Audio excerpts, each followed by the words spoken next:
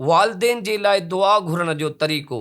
अञा बि वक़्तु आहे, पंहिंजी बक़ाया ज़िंदगीअ में पंहिंजे वालदेन जे लाइ दुआऊं घुरो। क़ुरान करीम में अल्लाह पाक वालदेन जे लाइ दुआ घुरण जो तरीक़ो बयानु कंदे इरशाद फ़रमायो आहे, तर्जुमो कंज़ुल इरफ़ान, ऐं दुआ कर त ए मुंहिंजा रब तूं इन्हनि ॿिन्ही ते रहम कर, जीअं जो इन्हनि ॿिन्ही मूंखे नंढपण में पालियो। अल्लाह पाक असांजे वालदेन ते रहम फ़रमाए ऐं उन्हनि खे जन्नत नसीब फ़रमाए।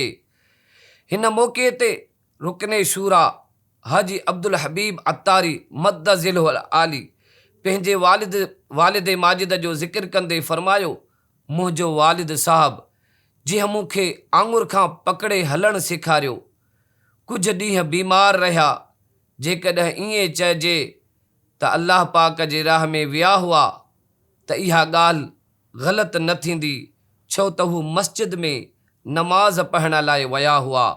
उते ओचितो किरी पिया ऐं खेनि मथे में धकु लॻो, जंहिंजे करे हू इस्पताल में दाख़िल थिया ऐं पोइ ॿीहर घर ॾांहुं न अची सघिया।